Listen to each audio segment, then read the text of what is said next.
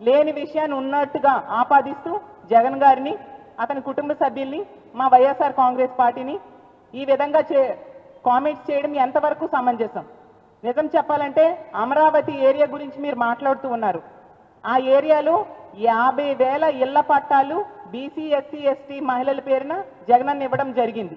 మీరు వచ్చాక అది లేకుండా చేసేసరే మీకేం గౌరవం ఉంది? మహిళల మీద 5,000 రూపాయలు పెన్షన్ ఇవ్వడం జరిగింది జగనన్న.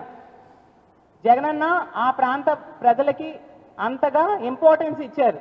మహిళలంటే అత్యంత గౌరవించే వ్యక్తి మా జగన్మోహన్ రెడ్డి గారు. మహిళల మీద గౌరవం అంటే ట్విట్టర్లో పోస్టులు పెట్టేసి స్టేట్మెంట్స్ ఇచ్చేస్తే కాదు, అది చేతల్లో చూపించాలి. మరి మీ చంద్రబాబు నాయుడు గారైనా, మీ కూటమి ప్రభుత్వమైనా చేతల్లో మహిళలకి ఏమి చేస్తూ ఉంది?